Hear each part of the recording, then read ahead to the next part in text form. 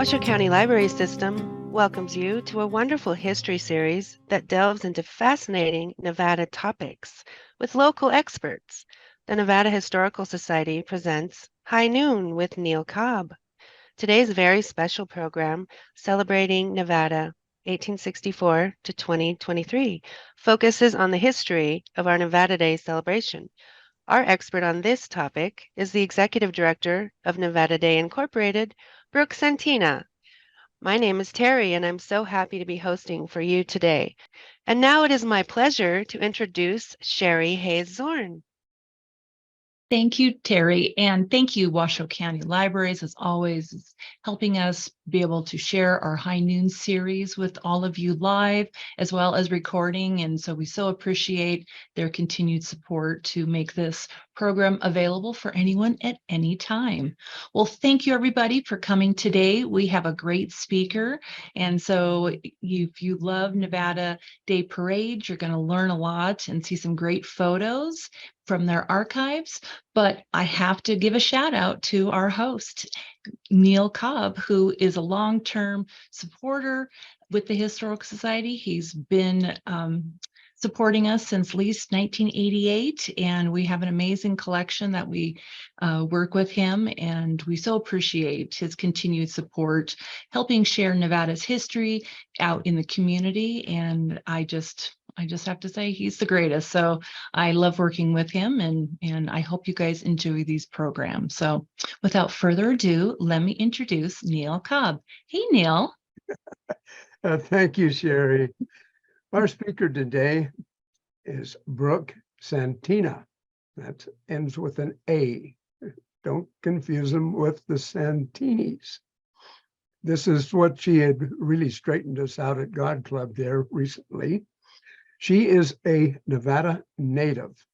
And I'd like to ask her, do you think being a native adds a better understanding to Nevada's history?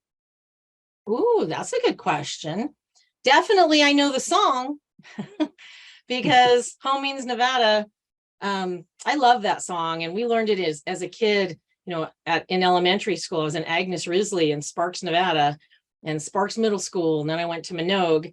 And growing up here, I think you have a pretty good sense, at least in the 70s and 80s, we had a really good sense of our state and what we were about, the silver and the history. We learned a lot about it in school. I don't know that that's still happening. I hope so. And I'd like it to be happening in Vegas and everywhere. I hope it is. But I think so. For me, it definitely gave me, my dad's a native as well. My dad is I use the term born and raised. I like to leave the word native for the natives. And so we made these for the store recently for license plates, Nevada born and raised. So yeah, it's just kind of cool. Born and raised is like what we talk about a lot in here in Nevada Day, because there's a lot of us, and then all of a sudden, there's a whole lot more people that are not. So, but I do really love being from Nevada. I'm very proud of this state. Tell us a little bit about the parents, and you already covered your dad. Let's talk about your mom for a second and your brother, Dave. So my mom was an Irish woman that was, her family came over from County Mayo years ago, and she was born in Philadelphia. She had gotten married in New Jersey, decided that she didn't want to be married like a week later, and then came out to Nevada to get a divorce. That's how she ended up here. My father was born here. He was raised in Reno, went to Reno High. And he was born in 1930. And he worked at Johnnisquaga's Nugget and was John Santina was his name. He was at Johnnisquaga's Nugget for 40 years. He started as a mechanic, moved up to one of the vice presidents before he retired. So, and yeah, it's nice to have those connections, those local touches that you have when you're from here. Don't forget Dave. Oh gosh, Dave. Well, he's not easy to forget. Every time you go out, somebody goes, "Oh my gosh, it's the Wild Nevada guy." So yeah, Dave Santina and Chris Orr do the Wild Nevada show from PBS, from PBS Reno, and they've been doing this for 20 years. I mean, nobody knows the state better than Chris Orr and Dave Santina. Nobody loves the state more. They have done everything you can do in the state, gone to every corner of it, which leads me to the reason why they happen to be our grand marshals for the parade this year. Because with a theme like Home Means Nevada, we needed somebody that we knew loved the state, knew the state. And we also wanted somebody from the north. Last year, we had somebody from the south. So I threw his name in there, well, their names, and they were chosen. And I'm not a voting member, so no nepotism here. I just give them an idea and leave, and the board votes. So we had a lot of good ideas. We picked one for next year too that's going to be pretty exciting. You're a graduate of the Bishop Minogue High School, the minors. Right. I was a year behind Governor Sandoval. Oh, I thought he was in your class there. No, he was a year ahead of me. Okay. You are also a graduate of the University of Nevada with a bachelor's degree in communications. Right. Tell us about it. Well, that took me 22 years to get. I was not the quickest. I went to University of Arizona right out of college. You know, things happen in your family, divorces, etc. And I ended up coming back. And later, when my kids were growing up here in Spanish Springs, I wanted to make sure that they saw me walk the walk and get a bachelor's. I didn't want them to say, well, Mom, you did okay. You didn't have a degree, so I don't need one. I wanted them to see me get one. And so I worked hard during the time when they were in school to beat them to the bachelor's. And I did, just by a couple of years. Well, then let's talk about your two kids. Okay. Did they do pretty good? They're adults now. They both went to, well, thankfully, before my mother passed away, she had the wherewithal to do the prepaid tuition for them. So my dad paid for one kid and my mom paid for one kid, and my mom passed away. And both my children had the prepaid tuition for their bachelor's, which is amazing. What a gift.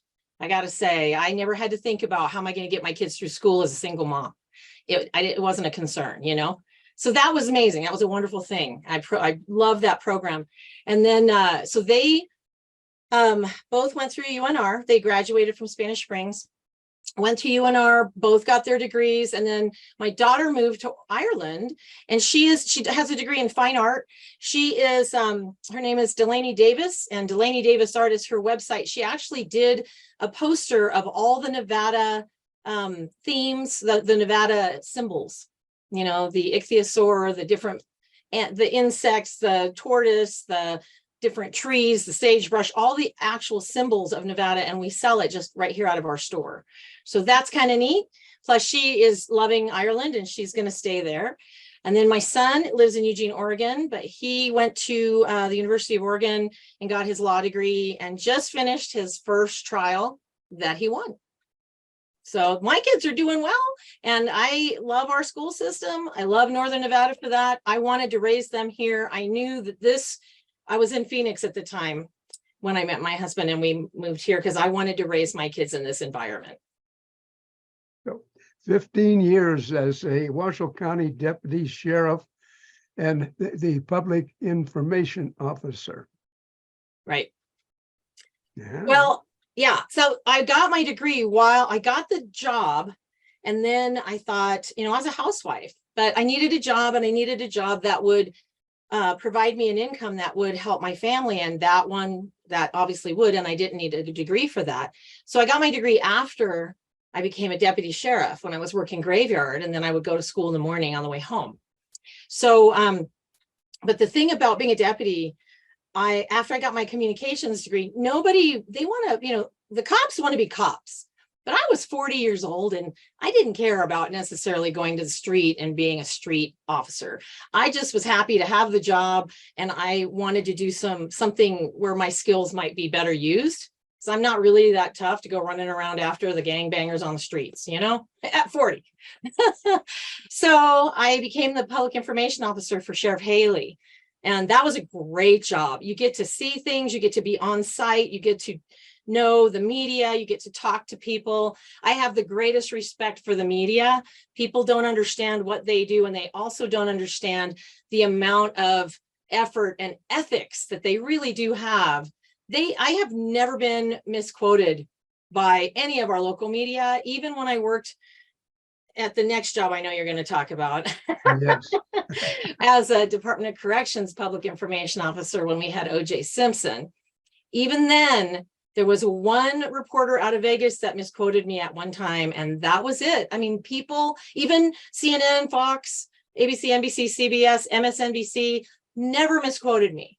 They really, and they would call to check to make sure that they had it right. I mean, the media does their job, I believe, at least with the silly story of OJ, you know. Yeah. But it was a fun job. I did that for 3.5 years. I loved it because Governor Sandoval was our governor, so it's kind of fun to work for him. And Zarenda, who is the director now of the prisons as well, he came back. He was the director then, and he and Sandoval both let me handle the media completely, because it wasn't about the state and it wasn't about the department. It was just about this person's celebrity. That's the only reason people cared about him. So they trusted me, and I got to do everything I needed to do to get OJ out quietly without the media there. And that was a lot of fun. That was a really exciting part of my job. We had a little extra pressure from some celebrities. We had to wait. Yeah, tell us about that. So everybody wanted to talk to OJ, and I still don't understand the fascination with the man. But I guess he was, you know, a college star. He was a football star in the pros. And I think that he did the movies. And so people knew him in all these different ways. And he was on the commercials. Remember Hertz, when he would jump the, you know, suitcases, whatever. So people recognized him all sorts of different avenues to learn who he was. So he was beloved. And then all of a sudden, you know, he wasn't. And then there's a certain amount of people that are interested in the dark side of people. So everybody knew him, everybody. And so I asked the Associated Press one day, what's the big deal with OJ? And he said, he's one of the most popular, most well-known people in the world, and you had better keep him safe. As if I had any control over that. But yeah, I did. You know, he was safe, and he was a good, fine inmate. When he left, I went to walk him out, and that was a lot of fun. But I know what you're getting at. My favorite story. Yeah. Oprah called me one day. Now, let me just say, everybody called wanting to talk to OJ, and we had, and still have, I think, a policy where inmates don't get interviews with the media. We don't want to glorify crime. We don't want to do anything that could be misconstrued. It was just a good policy to have as a Department of Corrections. So nobody, unless you were on death row and it was a week before your execution, then you could get media interviews. But before that, no. So it was pretty easy when we had OJ. I just said, sorry, can't help you. You know, we don't do interviews. So I had a number of different directors, producers, people from Oprah's camp calling. She wants to talk to OJ. We have a policy. We don't do that. Well, we really want to talk to him, you know, like, cause what am I going to fold? I'm going to change the policy for you. What? I don't understand, but they kept calling and calling. So finally one day, Oprah herself calls, and I was a huge fan, but I do not get starstruck at all. So she calls and, hi, Brooke, this is Oprah Winfrey. And I said, hi, Oprah. I know why you're calling. I'm sure you want to talk to OJ. I said, you know, how's the weather where you are? I go, I know you used to live in Chicago, but I don't even know where you are now. Kind of saying, understand, you're not getting through here. She says, well, I'm in Southern California now, Brooke. And it's beautiful today. It was a little chilly, Brooke. So I made a fire in the fireplace, Brooke, and I'm very comfortable now, Brooke. And I thought, why is she using my name so much? And so the conversation went on. I told her she could email, just like I told all her producers, people that called, you can email into the prisons, but the prisoners cannot email out. And I'm going to go see him, and I will ask him if he wants, you know, if he got your email. That was it. So we get off the phone, and she tells her people, call me a few minutes later and said, so we understand you're going to give a personal message to OJ from Oprah. I said, no, that's not what I said. What I said was that I will see him this week, and I will ask him if he got your email. So you guys need to email in.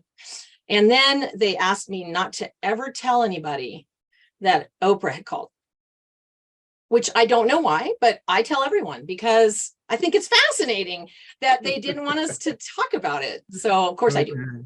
Everybody gets to know. It's an interesting story. And I think it's weird that that's a super secret that now everybody knows. Okay, I'm only going to talk about one more thing, and that is you are a published author. The name of the book is Dish Rags to Dirt Bags. It has to do with the inside workings of your profession, and you even got it passed and endorsed by Sheriff Haley. Yeah. I'm going to save the last one, and that's going to be about the gift shop, supporting the monies that you need for oddball things. And we'll do that at the very end. So at this time, please welcome our speaker, Brooke Santina. Yay! Crowd goes wild. Woo! Okay. So I'm happy to be here. Thank you guys for having me. And I do have some pictures that honestly, you would think it's Nevada Day. We should have this massive archive of all sorts of pictures and our programs and our buttons, and truly we don't. And it's kind of discouraging for me as the executive director to come in and find that we don't have all those things that I expected to have. So I'm trying to start now because it's never too late, right? So I wanted to bring in some pictures, and that's what you're seeing here with the Carson High School. These pictures I found on a thumb drive. And I want to explain real quick what Nevada Day is in case anyone doesn't know. First of all, it's the largest celebration of statehood in the nation, right here in Carson City. There is no other state that does it as big as we do here in Nevada when it comes to our birthday. There are other states that do celebrate, but nothing as big as what we do, which is a 4-hour-long parade. The entire day, Carson City's downtown is closed down, and we just have event after event after event. It's very exciting, actually.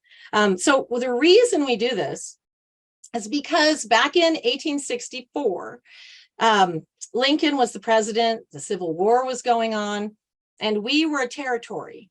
So he heard about our silver, and he needed our votes to continue his work as, fighting the war. So we became a state about a week and a half before the election. And of course, he won the election and went on to be to win the war. But I like to think our silver had a part to play in that. But that is our birthday was October 31st, 1864. And that obviously it's Halloween now. I'm sure back then it wasn't, but it is now. So we celebrate on the last Saturday of the month. Everybody gets Friday off throughout the state. Most people, and at least some of the people, don't even know why. They just know it's Nevada Day, whatever that is. But this is what it is. It's our birthday. And we, in the capital city, we really make it a birthday and a half. So that's what these pictures are. We've done 85 years of parades in Carson. This is our 159th birthday. And it's going to be a good one. So the theme this year is Home Means Nevada. I already told you about the Grand Marshals. So let me get into some of these old pictures, and then I'll show you some of the newer pictures from 2018, 2019. In last year, when the first year I was the executive director, we hired someone to take pictures because I knew we didn't have any, and they didn't show up. So we still don't have any. I don't know what you're supposed to do. You keep trying, right?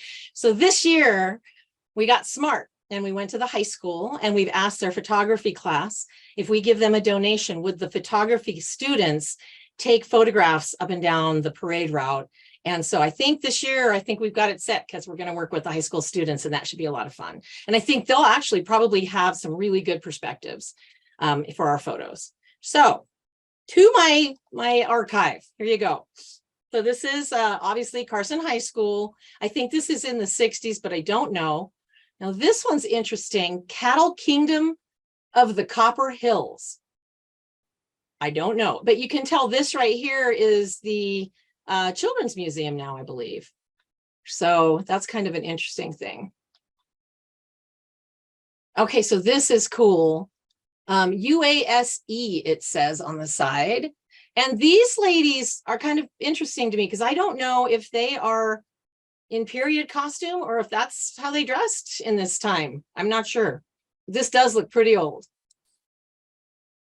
We don't have oxen walking down the street anymore. We do have the rodeo's little chuck wagon, but we don't have oxen quite often. So these pictures too, you'll see the floats look like real floats, like you see at the Rose Bowl, and you just don't see that much anymore. We really want people to do that. Nobody has the time, honestly, and I think it would be pretty costly to have people. I mean, you'd have to have family help and friends, and pushing little flowers into chicken wire is quite time consuming, which is how those were made.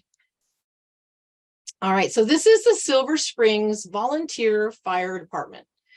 I think that's pretty funny, but look at this little cart back here. I love this one. So the Carson City Chamber of Commerce. Look at the woman. She's a ring. She's in a ring box. So she must be a gem, I guess. I think that's the message they're sending. And there's a guy riding a bull, which you don't see anymore. Kind of interesting. Or a donkey. Now we do see donkeys. We get them occasionally. Haven't had one lately. I love the people in the sidelines too, the little dresses. You see so many dresses. This had to be in the 50s, I'm guessing. So there's a dog. It looks like maybe it's something to do with the fire department due to the fact that it's a Dalmatian. Now these guys still come. Might not be these actual people, but this organization and the Sikhs and some of the different groups come and they dress up in their clothing and they play or they ride.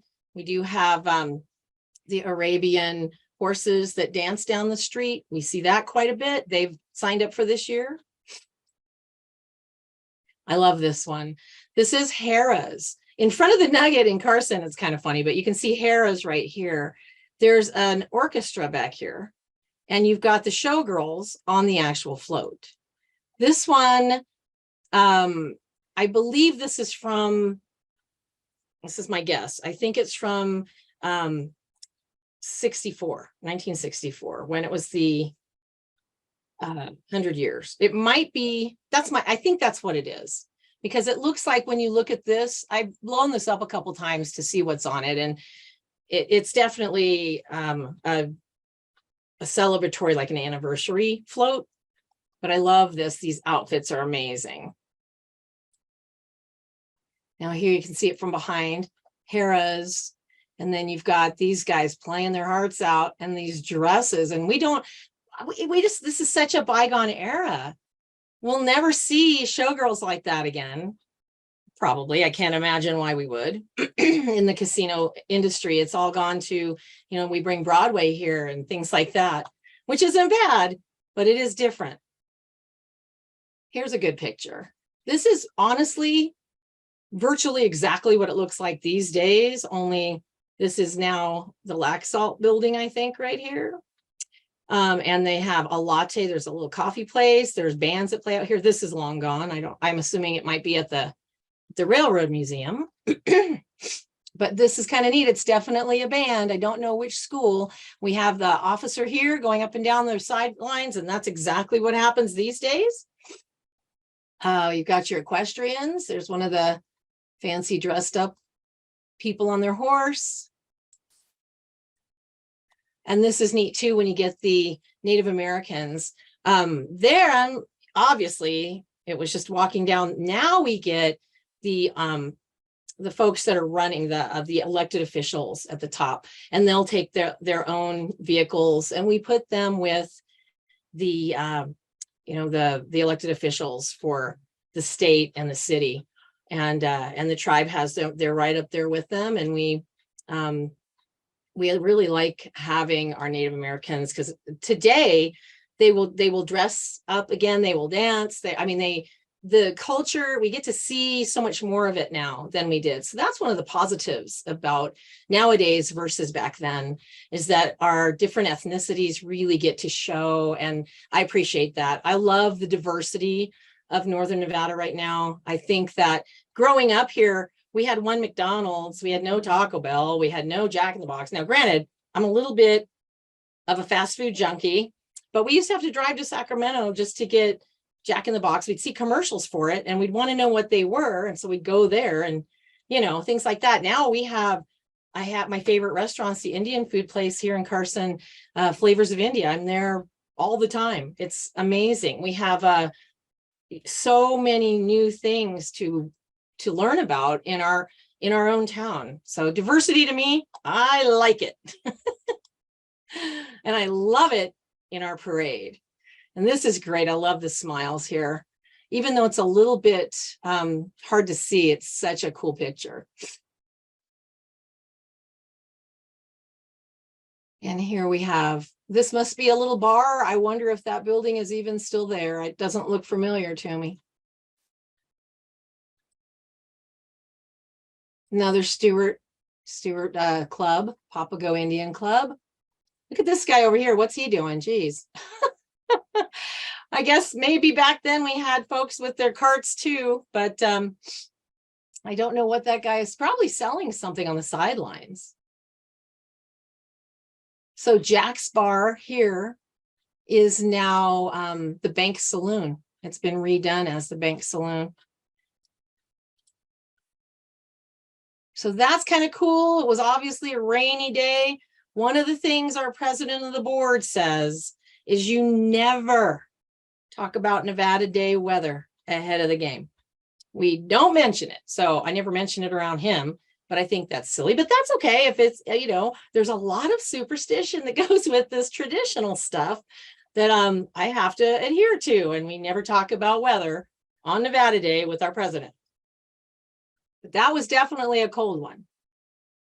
This is cool. I don't know if they won, because it's in our archive. I'm assuming they must have won the entry for, because we used to compete. We used to have judges that would come in and actually judge the different entries. We don't do that anymore because honestly, most of the entries don't look, you know, the floats are not that fancy, and it's a lot of businesses and things. Let's see. Here's another one. Here's a basketball team. But look at this. I mean, nowadays, honestly, if somebody was sitting on the top of a truck, I'd be having a heart attack. I'd be, can you get down, please? Yeah, that would be a probably a liability issue for us. Look at this guy. Who's he taking a picture of? That's kind of fun. It's over here, guy. Turn around.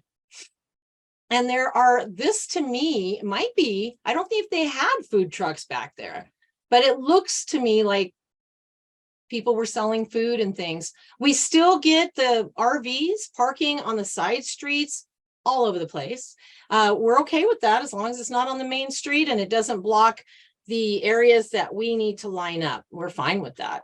There's people that sell the areas in front of their house. I mean, it's fine with me. Okay, so here is Bill and Dottie Raggio. So I know some of you know Bill Raggio because he has been around in politics forever. And I'm assuming this looks like a 60s picture to me. It just has to be. J&M Furniture is still here. And we have a Dairy Queen still. They're not there in that location. J&M is at the mall, at Carson Mall. No. J&M is a whole different, it's on the north end of the street. That's true. Sorry, I was wrong there. But they're still here. This guy, man, these guys are serious. This is definitely a high school ROTC, I believe. It's that cold, rainy year. Yeah, we don't see a lot of McDonald's characters anymore, but that's okay. This is another cool one for the high school, the Stewart Indian School. If you haven't gone to that museum, take a day, come to Carson and go. They have such a beautiful display. I was emotional going through there because I know that everything that happened there wasn't good, but they talk about it. They're open with it. They show their successes. They show the failures. They really do a beautiful job showing what that school was about and what that campus is about. And it's worth it. So if anybody hasn't been to the Stewart Indian School campus and gone through that museum, please do. You'll be glad you did. Hey, Arrington's band. We don't have Arrington yet signed up this year. I don't know if they're coming or not, but that would be cool. Look at the go-go boots. Oh yeah, that's 60s. That's got to be 60s. I'm guessing, but I think. Although a lot of times I think the girls with their batons would wear the go-go boots. And this is all exactly the same Cactus Jacks. I don't think there's been a light bulb changed in that entire sign right there. Looks exactly the same. This is fun. So this is AAA actually. Free to members, automobile insurance at cost. So we had businesses back then. Oh, look at this guy's jacket. That's kind of interesting too. So I'm guessing, what do you think? 70s on this one? I'm guessing 70s. Now, this guy we were talking about at the God Club, and I still don't remember who they said it was. Somebody recognized him. Looks like McGowan over here on this. I don't know what his significance is, but he's number 15, which is right up front. So he had to be one of the elected officials at the very beginning. There is a protocol in parades where we have, at the very beginning, we start with Furlong and the law enforcement, partly because it's really easy to start with them. They're so beloved here in Carson, and they do such a great job, but also they got to go to work because this is a work day for them, because parades are definitely somewhat risky and we have things that could go wrong. So those officers come through the parade and then they are working the rest of the day with us. But they're first. We have the firefighters, so all your first responders at the beginning. We have the military, National Guard. This year, we're going to have a C-130 National Guard flyover. Cross your fingers, provided nothing is on fire around here and they're having to use it for that, which so far so good. That's what we've requested and they've approved that. But every year it starts with a flyover, military flyover, and then at 10 a.m. the parade starts. So after all the first responders, that's when we have the governor, starts with the governor, lieutenant governor, the senators, the congressmen, all those people. And then the grand marshals are in there as well. I try to not put them, see, it is difficult sometimes with the elected officials because, and we'll get into that later, we've done a no campaigning year. We're trying to slow some of the triggers that get people so wound up and then behave negatively sometimes at the parade. And we want families to feel good coming and enjoying the parade. So we're trying to put all the elected officials, well, they all go at the beginning anyway, but if we don't have a bunch of different campaigns coming through, we won't have the same triggers. That's part of it. Anyway, so this guy definitely was at the beginning. And, oh yeah, you've got your Shriners. They're going to be here. They do lots of stuff at the parade. You can't miss the Shriners. And obviously they made a big splash back then too. I think now they actually have little cars they drive. They do all kinds of stuff. But yeah, they're amazing. Love this kid, man. She is ready to go. And is this mom over here? I'm not sure. I don't know what that's about. This one's too little to even worry about. I don't know what that is. And some of these are just small, so we're going to continue here. Okay. Bertha and Tina. My dad working at the Nugget. I'd been around Bertha and Tina many, many times. So this is obviously just Bertha, I believe.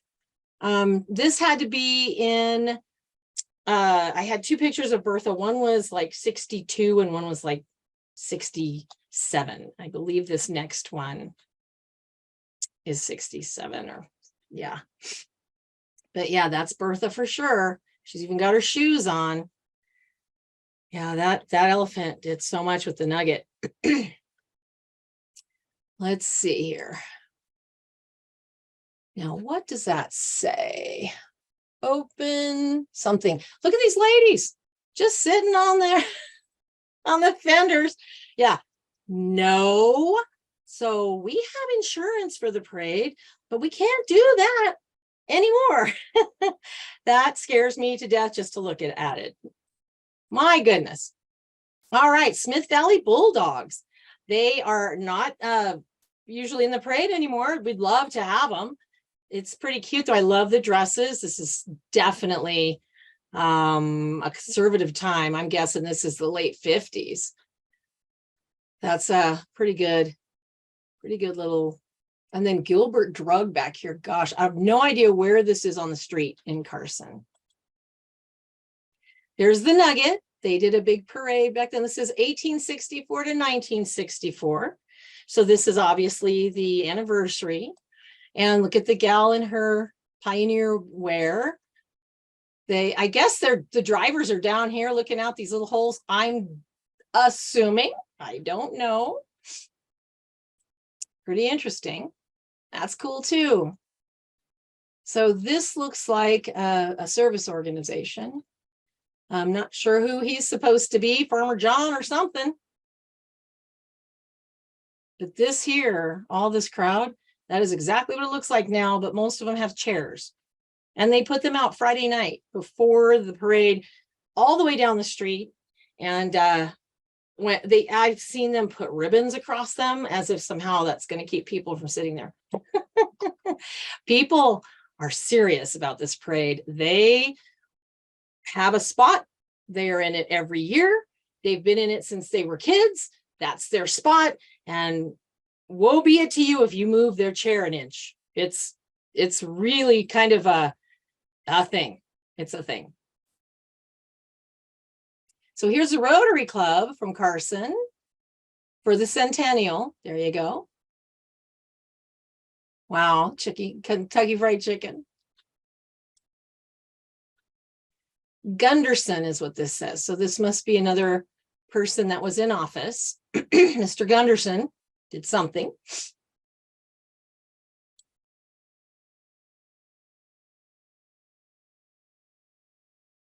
And I don't have any idea what's going on here, but this guy seems to be holding this guy up.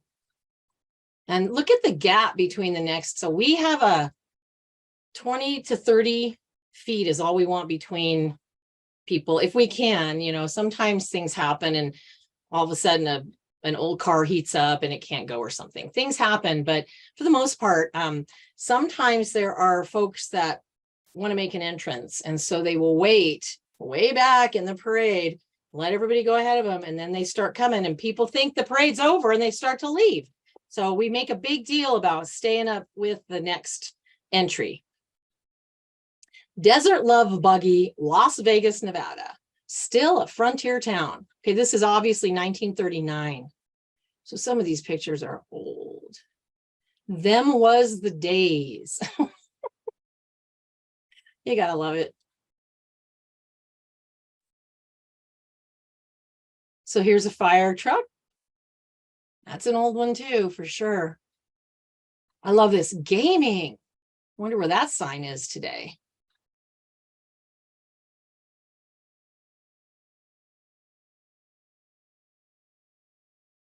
The Bill's Service Tune-Up. Interesting.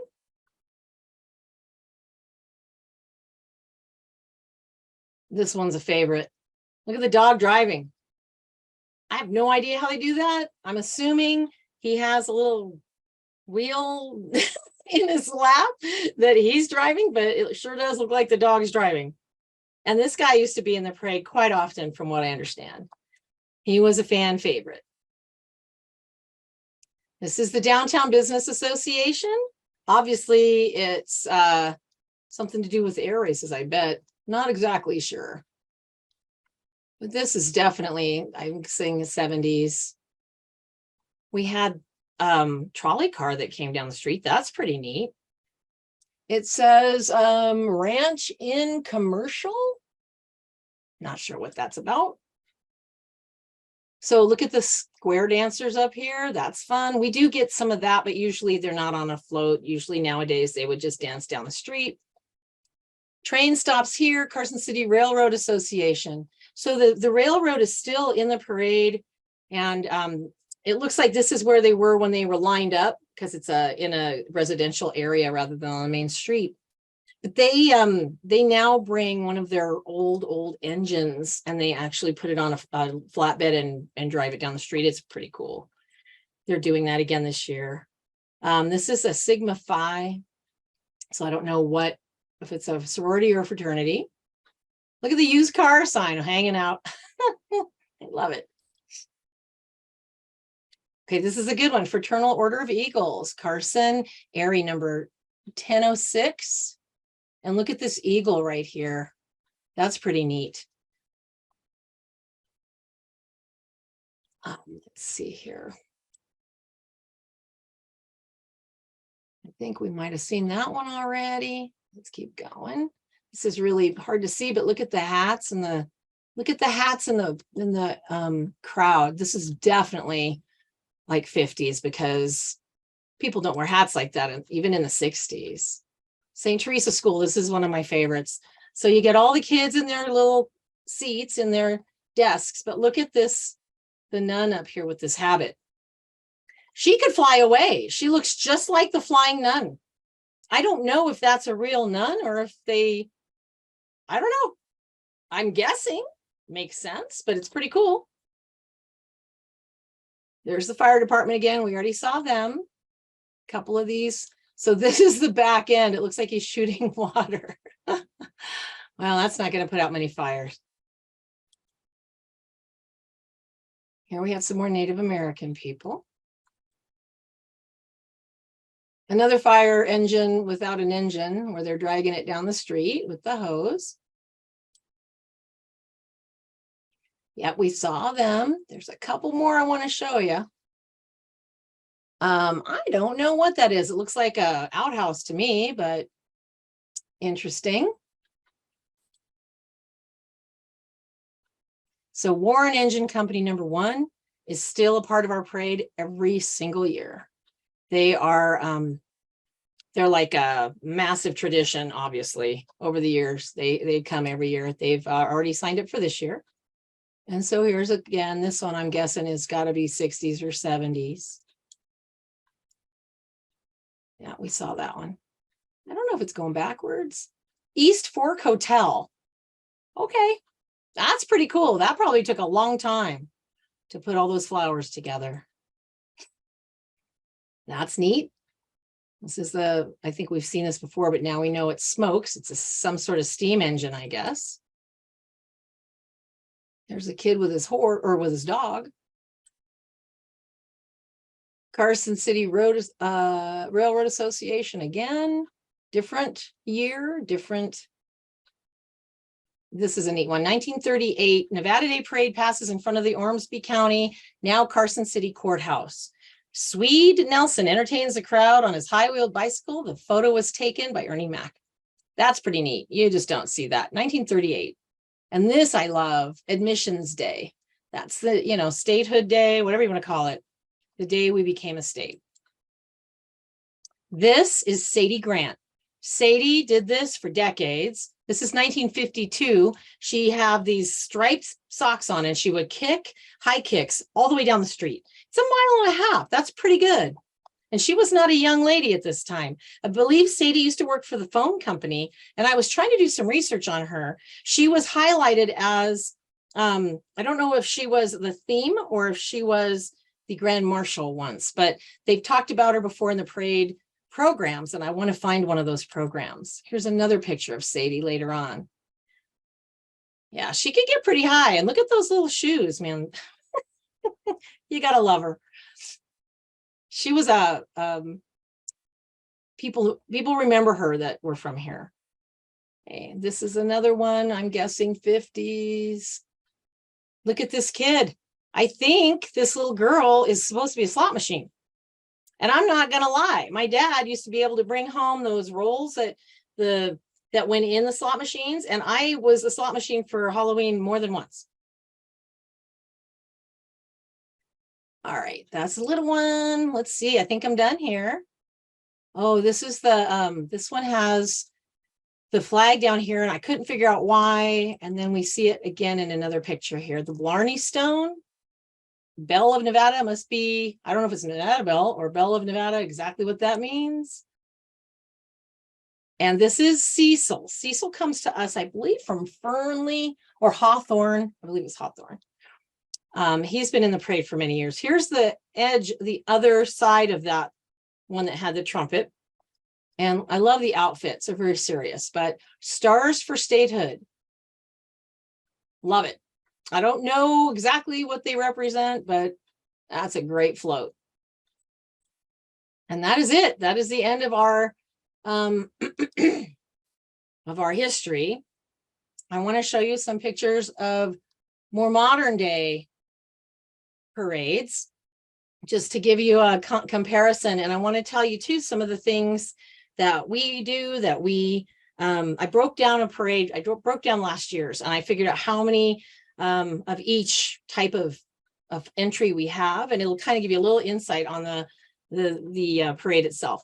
So this is Furlong. This is the very beginning of the parade. It's him on the horse every year. And there they are. And they work with us the entire day. We have golf carts, the board. There's 11 people on the board. And we have 5 or 6 golf carts that we run up and down the street, because everybody on the board does different things. Not all of them are doing the parade itself. Some are doing other events that we host. There they are again.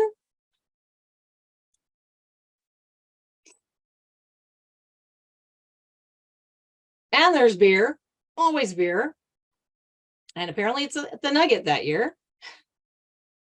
So this is how we ask people to hand out candy. Instead of throwing it from a float, this is what we want. There's a firefighter, obviously.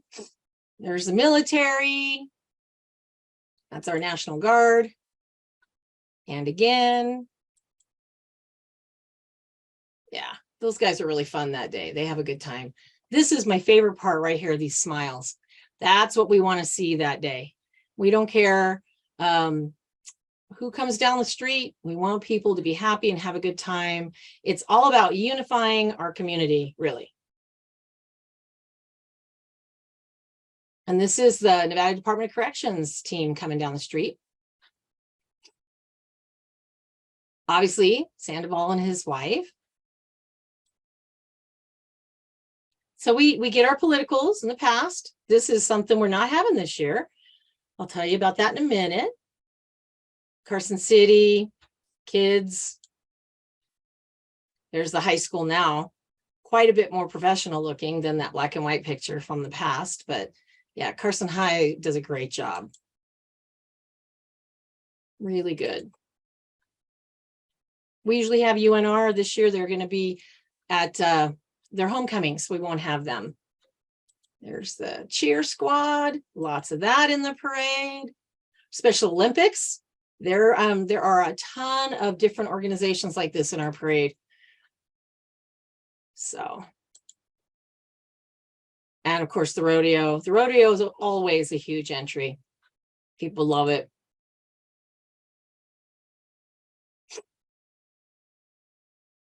And the kids, I think that's the rodeo as well, just dragging these kids in these little containers down the street. Here's the football team.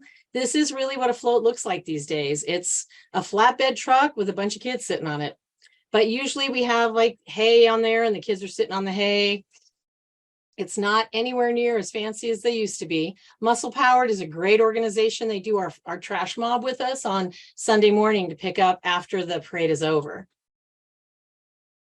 People, all kinds of different things. You have clowns in cars, you've got unicycles, you've got roller rink people, all kinds of stuff. That's Meals on Wheels. She was getting donations for that organization. You got Mrs. Northern Nevada. We have a lot of, people wearing their crowns and their sashes, and we love having them. Elko High came. Elko doesn't come to our school, or I'm sorry, to our band. I can't even talk. Elko doesn't come anymore to Carson. They now have their own Nevada Day Parade, which they call the Nevada Day Parade of Elko. And so their band is always in their own parade. Douglas High, we have them again this year. This is a roller rink gal, roller derby. Vietnam vets, we have tons of vets. They get in for free. We just appreciate them coming and, showing up. And we have so many of these little groups that do things that, period pieces, all these different eras. It's pretty fun. There's another one. She is the Senior Golden Years USA Queen. This is from 2018. There's the Batmobile. That would be Dean, who owns the Nugget, in his Batmobile. He'll be out there again. This is the middle school. We do get the middle school bands too, and they are quite good. Reed High. We don't have Reed this year. We do have McQueen and Galena from Reno. So these guys are obviously, they might be reenactors of the Civil War. There's a ton of different groups. And the Rotary Club with their exchange students. Service organizations is the number one thing that we have in the parade. All kinds of kids doing whatever kids do. And then Burning Man ends the parade. The Burning Man art cars come through, and that's a lot of fun. People love it. They boom their music. And now this is not Burning Man. This would be one of our natives. That one says Miss Indian Nevada, I believe. Oh no, Miss Indian Nations. Yeah. There's more Burning Man doing their, this is a group that twirls fire, because this is what they do. This is back in the day. The Bunny Ranch used to come and do a float. And this is the president of the board getting his picture with the bunnies, because he's very proud of this. So just some pictures to close it down here to show you some of the fullness and the excitement of that day. It's a great event.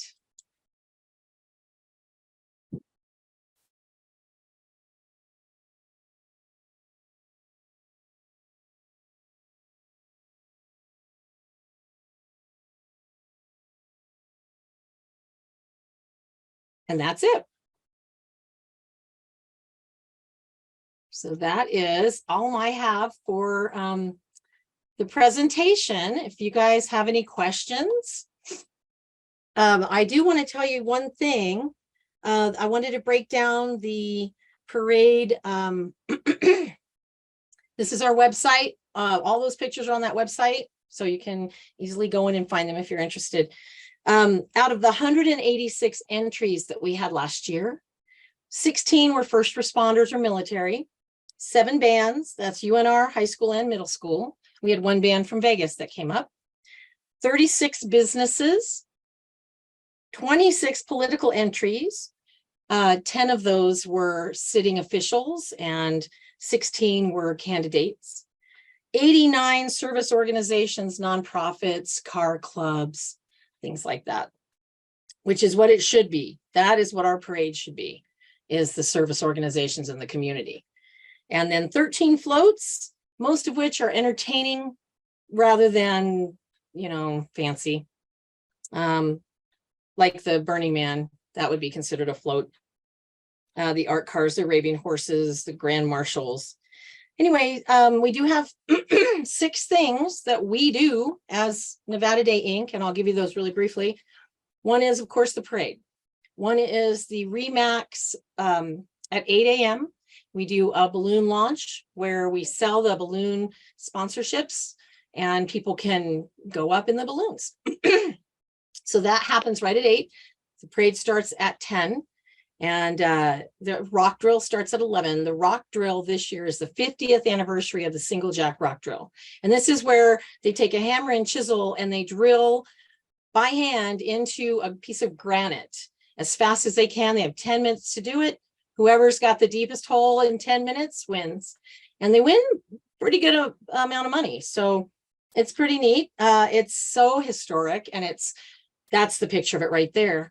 It's just one of those things that it's a very unique skill. Only a few people know how to do it. And we do the World Championship on Nevada Day every year. This year is 50th anniversary, so we're making it a big deal. Then we also do the beard contest with 2 of the barbershops in town. There's a salon and a barbershop, Cipriani's downtown barbershop, and Paradise Salon Spa Wellness. And those 2 put on the beard contest, which is what this dude was doing. And it's, all these different things, the most salt and pepper, the scraggliest, the neatest, the whitest, the reddest, the whatever. It's a beard. I mean, any way you can think of a beard, they do it. And then the other thing we do is, let's see, parade, balloon launch, rock drill, beard. We do a post-parade celebration downtown Carson City on Telegraph and Proctor Streets. This year we have some kids events in there, which is a new thing for us. And we have 30 vendors downtown.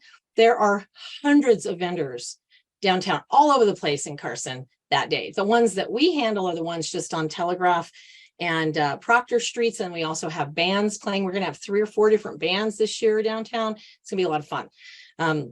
The mall has vendors. Behind the Nugget, there's going to be 100 and so vendors back there. There's another bunch right in the front of Cactus Jack's. Anything you want on Nevada Day, you can find in here. You can find some booth that has it. It doesn't matter what it is, we have it. And then the last thing is the gift shop, which I'm standing in right now, which I'm standing in the corner of. But you guys are welcome. I'm here 11 to 3, which is not a big amount of hours. But our phone number is on the website. And if anybody calls on a weekend, I mean, I live like 6 minutes away. I don't have any problem coming down here and letting people go through the store because we have very unique Nevada products and we've made them just for this store. Like I said, my daughter's poster is here. It sells for $10. It's something that every teacher is going to want in her school, in her classroom, because it's got all of the symbols of Nevada and they're done in watercolors. Beautiful. Lots of stuff like that. But we have some people that are local. We have some that we get from out of state, but it has to be about Nevada to be in this store. And it has to, either be in the shape of Nevada or have something to do. Like I have an ornament that has the quarter on it, the back of the quarter for the Nevada quarter. Love it. That one sells like crazy. We have certain things that just go like crazy. It's kind of an interesting little place. So those are the things that we do as Nevada Day. I know that there's a few people that are curious about the political stuff, the no campaign year. So what that means is just that we're asking people not to use campaign signs this year. It's an off year. If people want to come and if they're campaigning for a particular office, that's fine. You can come and you can be in the parade and you can do your own thing and say, Joe Smith loves Nevada, but just don't tell us who to vote for. Joe Smith is whatever. You can say anything you want about yourself. Just don't tell us who to vote for. Same thing with the folks that are already in office. We obviously want them here. They're part of our state. So we want them. We've invited them. We want them to come and tell us what they've done for the state, things that they've achieved, or just be in the parade and wave. But don't tell us who to vote for. This is what we're looking at for the no campaign year. And that is because it's our number one complaint that we get is the parade's too long and it's too political. It's not a political parade. It is a celebration. It's a birthday, and we don't need to get people going and get people upset when they see an opposing party going down the street. And a lot of people, they drink and they have a great party atmosphere in the streets at the parade. But we don't need the booing and we don't need the negativity. So this was our attempt to cut some of the trash, because a lot of the stuff that politicals give out doesn't get taken home. So there's a whole lot of political campaign stuff on the ground the next day. We thought, let's get rid of that. Let's get rid of the negativity that we see in the spectators when sometimes certain political parties go by or political people.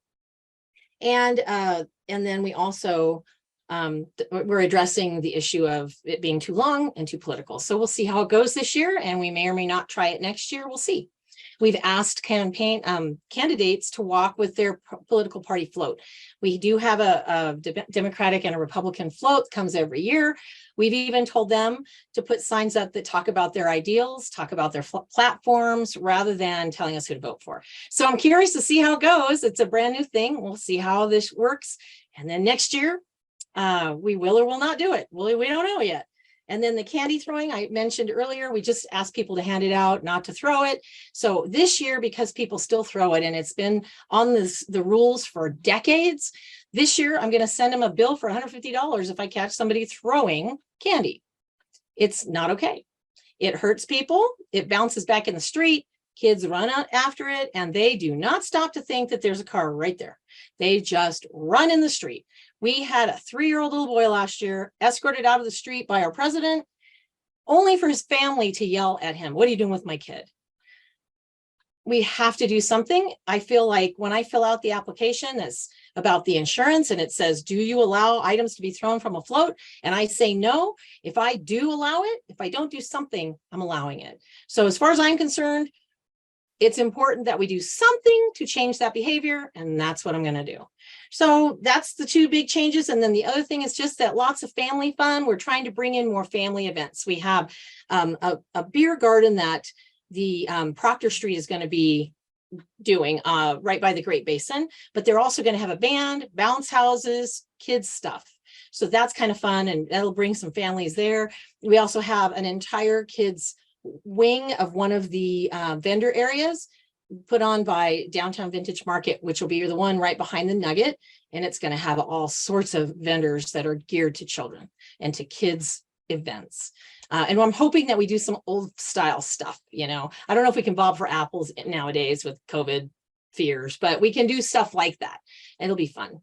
And I think that's about all I have to talk about. And it's time for me to shut up. So anybody? Hey, Brooke, you gave us lots of great information and showed us some really cool pictures. I noticed one person made a comment in the post. They were asking if any of your pictures had dates on the back. Because I know you were saying kind of a range, but well, and these are all they're all, I found them on a disc, on a thumb drive. So I don't have the actual pictures, but some of them do in the edges say a date or a year. So there are a couple, but not very many. Oh, okay. Yeah. Well, I have a few questions. As you were going through your presentation, do you limit the number of entries? Because you were talking about, like last year was 136 and right. Too long, but do you have like a limit that you we hope are trying to be at 200? We hope 200 is really what we've set in our minds as that's enough. We are sitting about one in our computer where everybody puts their stuff in. We're sitting about 160 right now, but that doesn't count all of the law enforcement and all those guys, because a lot of them haven't put theirs in yet, because I usually have to call them a couple of days before and go, "Hey guys, are you coming?" So when that happens, I'll catch up with them, and we'll probably be sitting real close to 190 to 200 this year. A lot of people wait till the last minute. It's just a thing people do, so we expect a big flood of entries this next week or so. October 4th is the cutoff. So at 5 p.m. on October 4th, I will shut down the application process. Okay. So, you were talking about having to have volunteers help with garbage cleanup. So do you have people that can sign up and volunteer, or how can people want to participate and be a help for Nevada Day? Thank you for asking. I'm terrible about remembering to talk about volunteerism. I'm really bad. So we have a website. The website's nevadaday.com. You guys are looking at it. And right up here at the top, it says volunteers. And if you go to that page, I'll show you, it gives you every type of volunteer that we need. And it is volunteer with us right here. And I mean, we looking for right now, we're looking for marshals. We need about 30 to line up the entries as they show up. And the parade marshals right here, they're really, really important. They get a vest, they have a hat, says parade marshal, gives them some authority. When people show up in their lineup, and everybody gets emails about 2 weeks before, because as when I close down the thing on the 4th, the 5th, 6th, and 7th is me and about 3 other ladies hunkered down in a room going over, let's make the lineup. And we do it based on special requests. We do it based on where they came in, who, because if first come, first serve, basically, as best we can. And we also do it based on like we start with a band. Every division starts with a band, and then we might have, equestrians or walking group or a float, and then maybe there's something else. It's just we put them all in a specific order as best we can. And so those are the things that we do to make the lineup, so that everybody gets to spread out a little bit, and then you don't see every band at the beginning. Okay. So anyway, the volunteers that we need line those guys up. And so as these bands and as these people are coming into the street that they're supposed to be on, we have one of the volunteers has a little bag, and it's got all the numbers, it's got the tape. They can get all the numbers lined up on if it's a banner, if it's a car, whatever it is. And that way the announcers, and we have 9 announcer stands throughout the city. Oh. As the parade goes down the street, they can see who's coming and they can read the commentary for that group. So yeah, we also have at the announcer stands, we have ham radio operators. So if somebody doesn't show up, our marshal will call the parade director. Parade director has a ham radio operator with her, and she will then have that person tell everybody down the road that, okay, so-and-so didn't show up, and then they can mark it off and they know ahead of time not to look for them. It just makes it easier and cleaner. Oh, okay. So parade marshals is big. We're always looking for that. It's a lot of fun. We feed you a great breakfast at Red's that morning at between 6 and 8. Everybody's there. That's where everybody gets their handouts and their vests and their hats and all the stuff. We give them pins every year for doing it. We appreciate our marshals a lot. We have certain people that do it every year. It's a thing. It's great. And then at the end of that, they turn it all back in. They get a lunch at Arby's. So Arby's just gives them lunches. It's nice. So yeah, we feed you, we try to take care of you. But yeah, we do have, we're looking for gift shop clerks. I have 3, but that is a lot of fun. It's, just to come in and hang out in this cute little gift shop. And then you where are you guys located, the store? Here, exactly? 1013 South Carson Street, in the same area as Red's 395 Grill. We're right in front of them, right off of Carson Street. And there's parade announcers. If somebody's an announcer or a DJ, or they need, we're looking for a parade announcers, board of directors. I mean, there's a whole lot of things that it takes to, the trash mob is a fun one. Sunday morning, we get up about 8 a.m. Everybody shows up. We have gloves, we have bags, and we just go pick up. We are paying Casanelli Landscape to come in. They actually clean downtown anyway. That's the group that does it for the city. So we have a special contract with them to clean up the really tough stuff. Because honestly, last year we did that as a board, and it was rough. So we'd rather pay somebody who does it for a living, and they're paid and ready to go. So they're going to come in and clean up the tough stuff. And we just come back in and get the little pieces of things so that the city looks great by the end of the morning. And then everybody goes to breakfast, because we really like food at Nevada Day. Absolutely. Come on, you got to have good food with parades. So is there ways for people, if they want to like donate to help, because you were talking about the cost of the programs being we have so expensive, sponsorships. We have great sponsorships. And anybody that's interested, this is where you volunteer, by the way. So that's that. And anybody that's interested in sponsorships, I tried to get them online. I'm not sure I actually succeeded at that because I'm still learning how to work our website. But Nevada Day at nevadaday.com. You can't get any easier than that. And that's me. Go straight to me right here in the office. Nevada Day at nevadaday.com. And if you don't remember that, go to nevadaday.com and you'll see Nevada Day at nevadaday.com.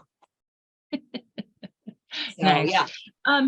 So, because you were talking about, is there certain things you guys don't allow to be in your parades? I was curious. honestly, if it's if there's hate speech involved, we're not going to allow it. Yeah. If there's, a group that, really, that's honestly probably about it. If it's a part of the community, like the bunnies, the bunny ranch, I mean, they're a part of the community. They're a legal Yeah. organization. Why not have them walk down the street? They're super Mhm. fun, and they're not being sexy with it. They're No. just silly bunny suits, and they were very, very fun. They, since the boss passed away, they have a much quieter, lower profile, and they haven't been in our parade since. But Oh, we okay. did enjoy them when they were here, because where else can you go meet the governor and then walk down the street and hang out with the, hookers? I mean, really, Carson City, that's where. Yeah, exactly. I was interested in the fact that you mentioned that you guys do have some of the Burning Man Yes. art cars. How long has some of the people been participating with Burning Man in the parade? I guess I don't know if I knew that. They do it. They come in. I was told that they had just started doing it like the last 5 years, but when you talk to them, Oh, they said okay. it's been longer. So I think it's probably been in the past 10 years that they started. Okay, because I know there used to be people who had their own vehicles, but then, they've evolved in such to big pieces like the one you were showing. So I was just kind of curious. Yeah, and some of the little ones come, some of the little mutant vehicles. Okay. There's a good, 5 or 6 large size ones. There's one that looks like a little stapler. That one's out there. They do. Nice. And Burning Man is such an interesting thing that some people are intimidated by it, some people are fascinated by it. And so, I think it's just a great ending to the parade. And then the very last group, they have I don't know exactly the purpose. I'm not sure exactly what they do, but they have rifles, and they shoot blanks. They march down the street, they stop, they shoot blanks, and they do it again all the way down the street, over and over and over. So it's very loud. We put them at the very end because they kind of finish up the parade. They're right after the Burning Man folks. Oh, okay. So, you have all this crazy there, and they're running around and they're having a good time. And then you get the finale. And then Care Flight, who is launching from south of us, will go back over the parade route and do like a reverse. Yeah, it's kind of neat. They did that last year and the year before. Very cool. Yeah, I love that. We do everything we possibly can. Well, it's such a big undertaking, and it's sounds like, you guys are really working to, get the word, We're out, trying. and trying to make it as organized and with your website. And I love the fact that you have a lot of your images and, that you're looking for, to help share Nevada Day. And so I think it's pretty amazing. So thank you. Yeah, no, it's I'm very really cool. proud of our board. Our board is up for change. A lot of people, send me concerned, sometimes angry emails lately because they think we're changing a tradition with the candy thing, or with the candy thing is not a change. It's simply an enforcement. Simply an it's just a safety thing. You're and people don't. And I remember, little kids running out on the street, but you're trying to be safe. We have to be safe. It's my responsibility. On top of it's the board's responsibility, but me being the executive director, I need to know that I've done everything I can to keep people safe. I'm a former cop. What do you think's going to happen?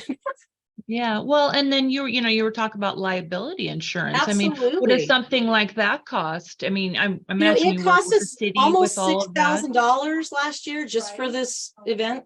Almost $6,000. Wow. And it's probably going to go up this year. I mean, you think about it, there's been events that have had issues, and we pray and we knock on wood that it doesn't happen here.